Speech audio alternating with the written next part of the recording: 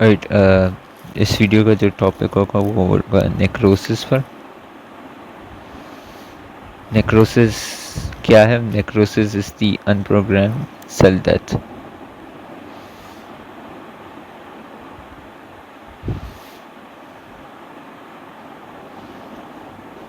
ठीक है, हमने प्रीवियस वाले में सेल इंजरी के बारे में पढ़ा था, तो फिर a lot of that stuff will apply here as well, क्योंकि necrosis is the next step after irreversible cell injury. ठीक है, अब अगर आ जाए हम लोग कॉजेज ऑफ नेक्रोसिस पर, तो जो भी कॉजेज सेल इंजरी के थे वही कॉजेज इसके हैं। ठीक है, जैसे हाइपोक्सिया हो गया, उसके अलावा इस्कीमिया हो गया, टॉक्सिन्स, केमिकल्स,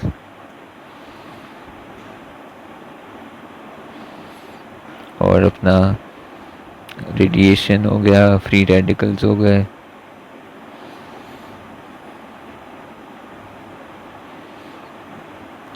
और मैकेनिकल इंजरी हो गई।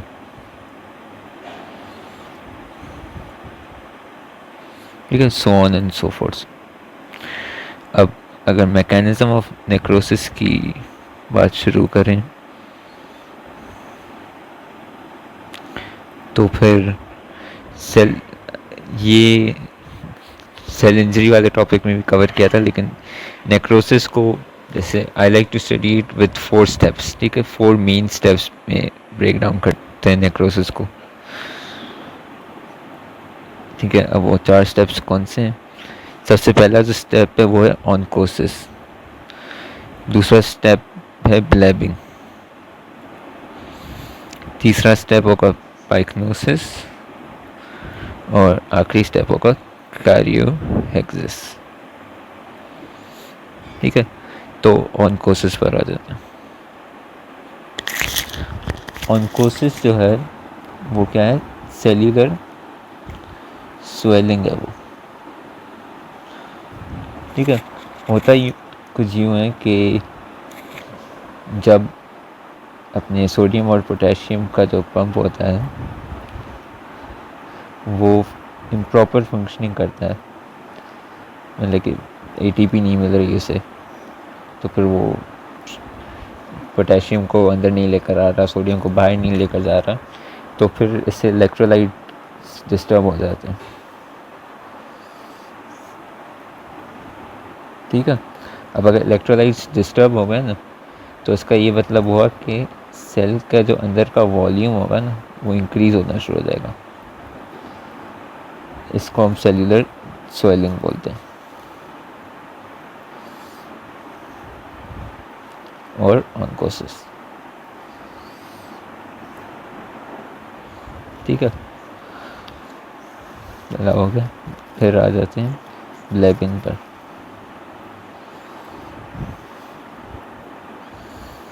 ब्लैबिंग में ये होगा कि बल्जेस फॉर्म होना शुरू हो जाएंगे on different plasma membranes of the cell. जैसे न्यूक्लियर मेम्ब्रेन है, अपनी साइटोप्लाज्म को एनवेलप करने वाली सेल मेम्ब्रेन जो है हमारी, लाइसोसोमल मेम्ब्रेन, इस पर बल्जेस फॉर्म होना शुरू हो जाएंगे।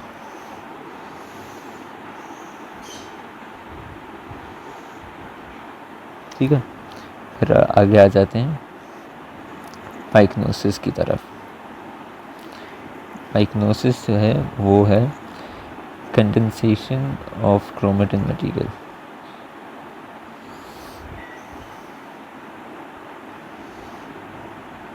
ठीक है,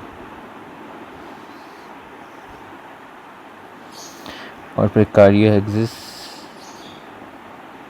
फाइनल स्टेप वो है break down of nuclear material या फिर क्रोमेटिन मटेरियल।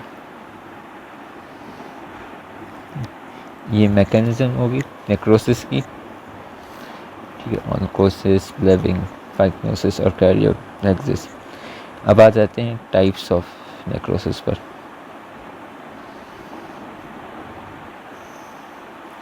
नेक्रोसिस को मेन हमने 5 टाइप्स में डिवाइड किया हुआ है।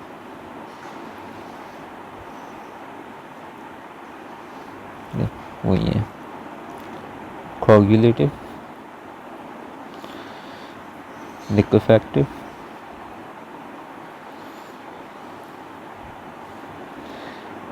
कैसियस, फैट नेक्रोसिस और फिब्रिनॉइड नेक्रोसिस। तो अगर हम कोगुलेटिव नेक्रोसिस पर आए तो ये होती है अकर्स इन हार्ड ऑर्गन्स। ठीक है, इसका कॉज क्या होगा? इस्कीमिया हो गया, हाइपोक्सिया हो गया, या फिर इन्फेक्शन हो गया। ठीक है, मॉर्फोलॉजिकली अगर हम इसको देखें तो फिर ये हमारा इसके ग्रॉस उसमें ये प्रिजर्व करता है आर्किटेक्चर ऑफ डेड सेल्स।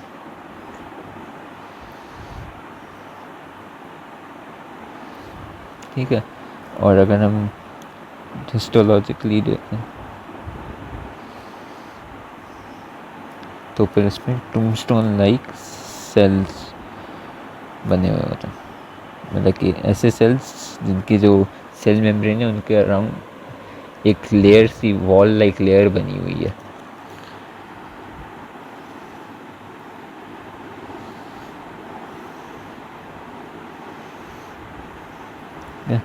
अगर लाइक ऐसे सेल्स हैं सारे तो उनके सफ़ा इधर मटेरियल डिपॉजिट हुआ हुआ है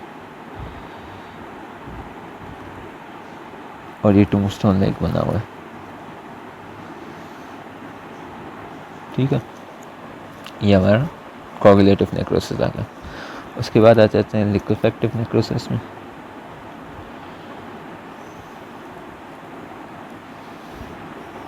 लिक्विफैक्टिव नेक्रोसिस जो है वो मेनली सेंट्रल नर्वस सिस्टम में होती है। ठीक है, इसका जो मेन कॉज है वो है इन्फेक्शन। कौन सा? Bacterial infection. ठीक है, इसमें अगर हम इसकी मॉर्फोलॉजिकली देखें तो ग्रॉस यूपर जो होता है इसमें लिक्विडेट हो जाते हैं डेड सेल्स।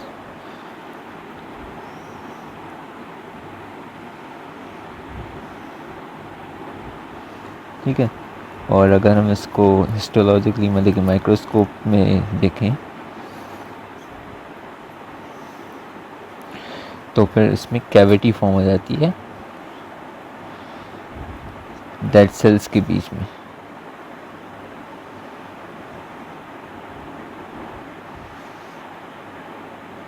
मतलब कि अगर एक ये डेड सेल है तो उधर एक पूरी कैविटी फॉर्म हुई हुई है।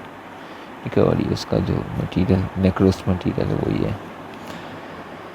ठीक है, फिर आ जाते हैं हमारा कैसियस नेक्रोसिस पर।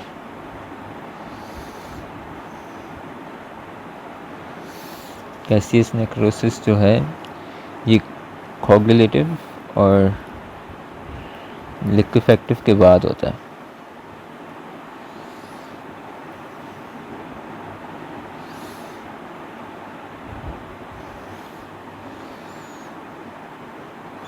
ठीक है, अभी होता क्यों? अगर कोगुलेटिव और लिक्विफैक्टिव नेक्रोसिस किसी इन्फेक्शन की वजह से हुए हैं तो ये होता है। इसमें होता यूँ है कि अटैक होता है ल्यूकोसाइट्स का और मैक्रोफेजेस का।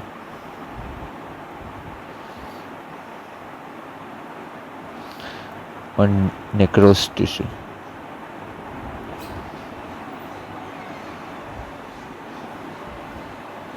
कैसियस नेक्रोसिस होती है। ठीक है,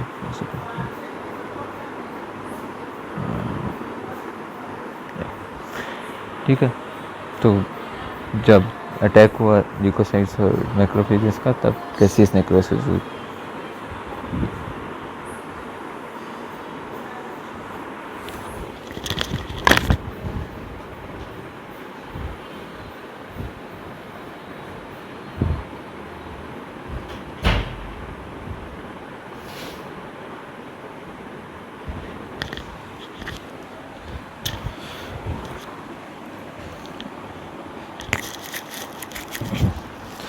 अच्छा, तो जब मैक्रोफेजेस और ल्यूकोसाइट्स का अटैक होता है नेक्रोस टिश्यू पर, तब कैसियस नेक्रोसिस होती है।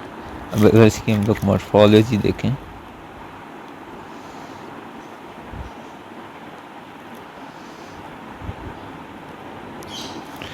तो मॉर्फोलॉजी में ये होगा कि उसका ग्रॉस ओवरव्यू लेने पर एक चीज़ लाइक स्ट्रक्चर नज़र आएगा।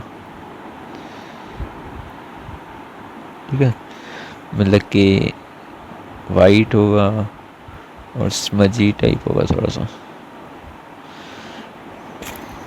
ठीक है, और अगर हम उसको हिस्टोलॉजिकली देखें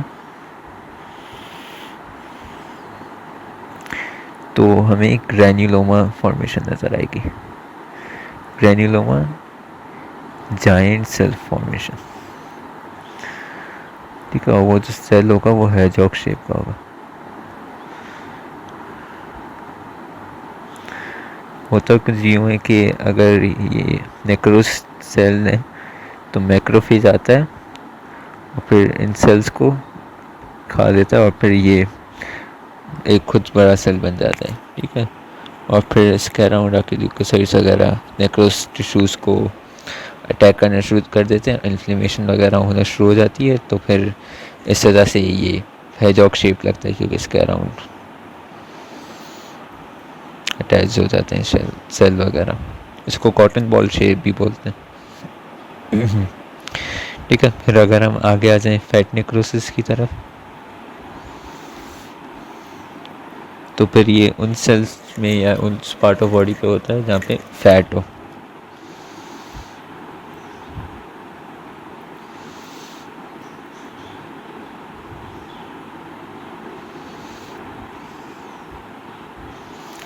ठीक है, अब होता कुछ यूँ है कि इसमें कैल्शियम आयंस रिलीज़ होते हैं, क्योंकि नेक्रोसिस में अगर calcium ions release fat necrosis में कैल्शियम आयंस रिलीज़ हो रहे हैं और अपने जो फैट मॉलिक्यूल्स हैं उनकी सेपोनिफिकेशन हो रही है। ठीक है, सेपोनिफिकेशन कैसे हो रही है? पहले लाइपेज उनको ब्रेक करेगा,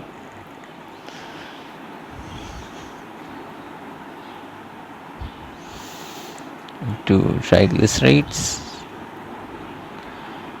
और फिर जो ट्राइग्लिसराइड्स हैं वो फिर कैल्शियम के साथ रिएक्ट करके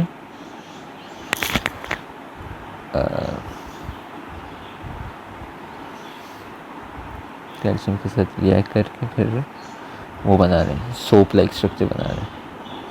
ठीक है, अब वो सोप लाइक स्ट्रक्चर देखने में क्या है, कैसा है? वाइट है और फ्लेकी है। तो फैट नेक्रोसिस हो गई। अब आखिरी है fibrinoid necrosis.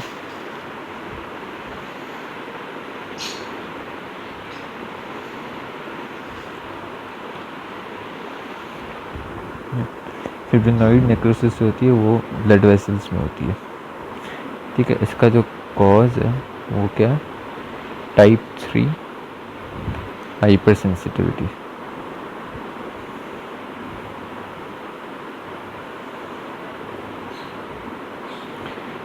Type 3 hyper sensitivity ये होती है कि हमारा इम्यून सिस्टम का जो एंटीजन एंटीबॉडी कॉम्प्लेक्स होता है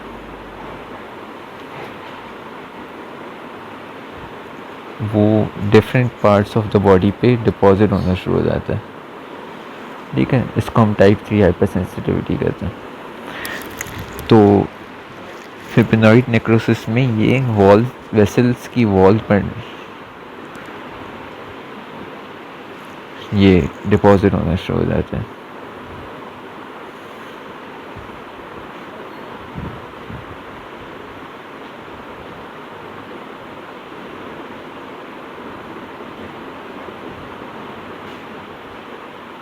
ठीक है, तो फिर इस वॉल्स की अब मॉर्फोलॉजिकली देखें तो फिर वो जो वॉल्स हैं ना वो थिक होना शुरू हो जाती हैं।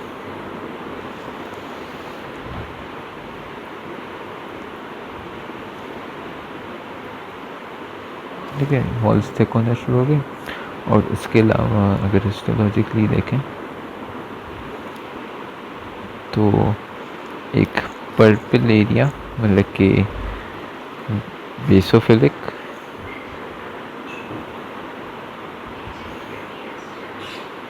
ठीक है, पर्पल एरिया सराउंड कर रहा है एक पिंक एरिया को जो यूसिनोफिलिक मतलब कि जैसे होगा तो ये पर्पल एरिया होगा, ठीक है, और फिर इसके दरमियान एक होगा